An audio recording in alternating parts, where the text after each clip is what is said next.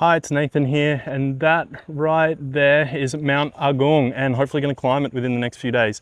We're talking about sections 434 through 445, I believe. I'll put the numbers here, which is health monitoring for asbestos. So these are essentially the same as sections 368 through 378 for health monitoring in general. It's almost a carbon copy of the general health monitoring requirements with a few differences.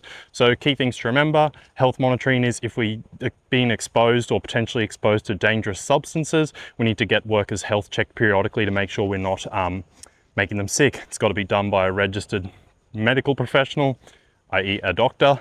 And then there's a bunch of requirements. The business has to pay, the business has to keep the record, the business has to provide the record to the worker, and then the record needs to be kept for a certain amount of time. The main difference between the general health monitoring and health monitoring for asbestos is with the general health monitoring, which is potential exposure to any chemical listed in Schedule 14, that health monitoring is only required if the business believes there's a significant risk of exposure beyond the exposure standard, or exposure that exposes the risk to of illness to the workers. Whereas with asbestos health monitoring, if you are doing asbestos work or asbestos removal work, you need to get the health monitoring.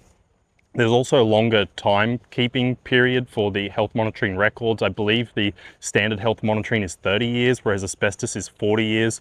And then the only other thing to remember for that is that because asbestos is such a huge issue, there's codes, depending on state, depending which state or territory you're in, there's codes for this sort of stuff as well. And there's a code that says the frequency needs to be done every 2 years. Hope that helps.